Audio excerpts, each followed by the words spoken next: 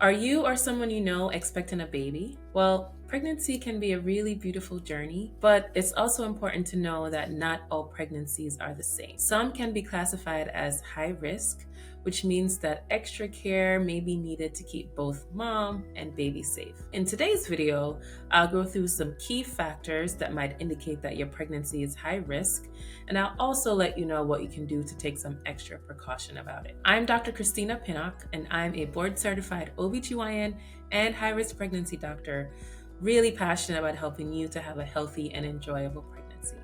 So let's jump right in. Knowing whether your pregnancy may or may not be high risk is important for a few different reasons. The first is that it can affect who you choose to take care of your pregnancy. It can also affect where you decide to deliver your baby.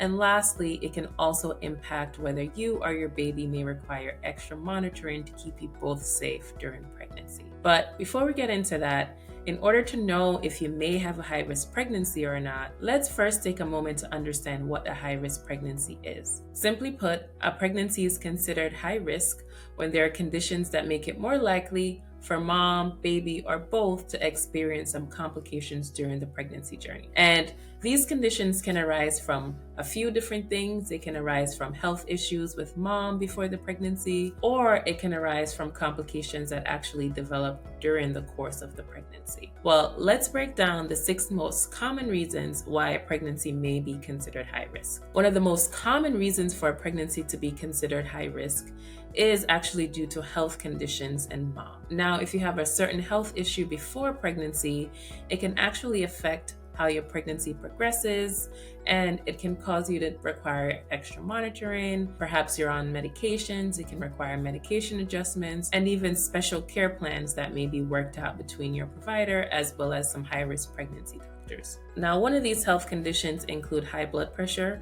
which can make it more likely for you to develop something called preeclampsia, which is high blood pressures in pregnancy, a placental abruption, which is when the placenta separates early, or a preterm birth, or a baby coming much earlier than your due date. Also, diabetes, either gestational diabetes, type 1 or 2 diabetes, can lead to very high birth weight in babies. Some of them can cause birth defects, and it can actually also cause some complications in delivery. Heart disease can also put extra strain on the heart, as well as the blood vessels, and affect how mom and baby does in the pregnancy. Another health condition for mom can be a kidney disease, which can cause complications like preeclampsia, which is that high blood pressure condition, or impact how the baby grows, or even impact how early the baby comes from your due date. Autoimmune disorders are also conditions that can make your pregnancy high risk.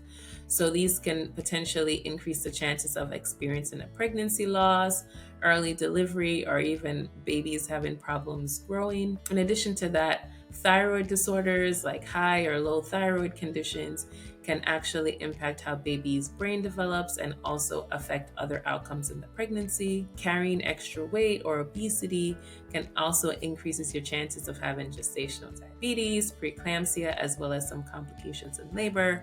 And lastly, having infections in your body, like sexually transmitted infections or HIV, can affect the pregnancy and increase the chances of transmitting that infection to the baby. If you have one or more of these conditions, your pregnancy can be considered high risk. So definitely find out from your doctor or provider if you need any extra monitoring or follow-up due to any of these conditions. Next, I'll actually talk about certain conditions that can develop during your pregnancy itself. Some of these conditions include preeclampsia, as I mentioned before.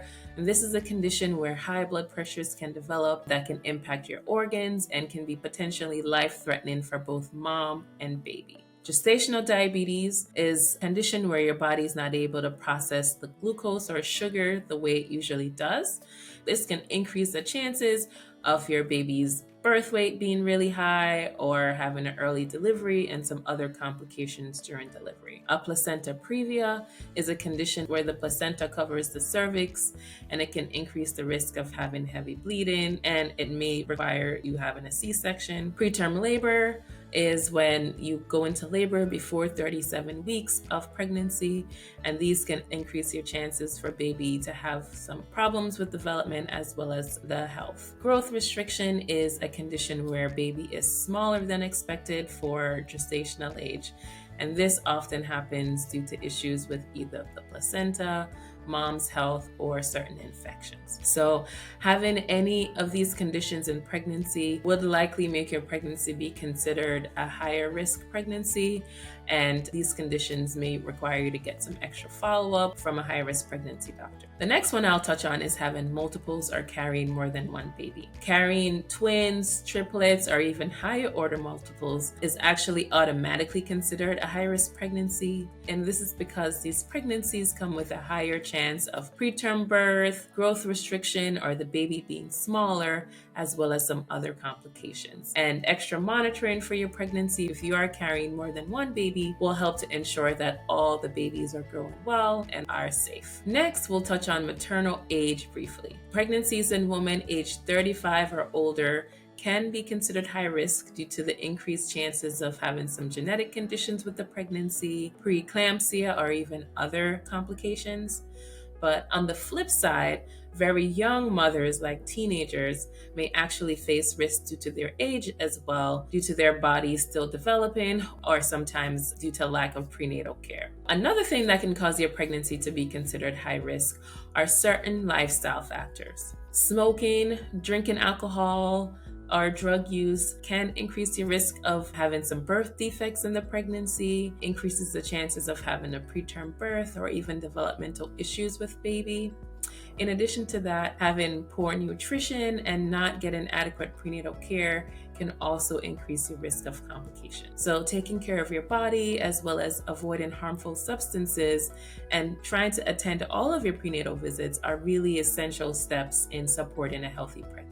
Lastly, your pregnancy history also plays a significant role in determining whether or not your pregnancy is considered high risk. If you've experienced complications in past pregnancies, such as preterm birth, miscarriage, or a previous C-section, your current pregnancy could also be considered high risk. A history of issues like preeclampsia or placental problems can increase the chances of these complications coming back in another pregnancy. So really sharing your full pregnancy history with your provider is going to be key to receiving the best care possible and also preventing potential risk during this pregnancy. Now, one thing I did want to say is that having a high-risk pregnancy can sometimes come with a stigma. I just want to emphasize that being classified as having a high-risk pregnancy does not by any means mean that something will definitely go wrong with your pregnancy.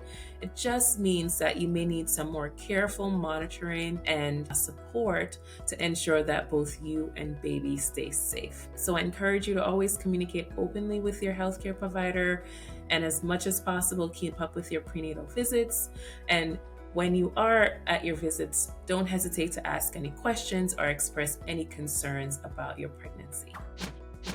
If you are pregnant and you'd like to find out more about foods to avoid eating in pregnancy, take a look at my checklist that I've created about 10 foods to avoid eating in pregnancy at badpregnancyfoods.com, or find the link below. And if you enjoyed this video, don't forget to subscribe to my channel so you don't miss any new videos. And also share any comments below about what you'd like to hear me cover next. See you next time.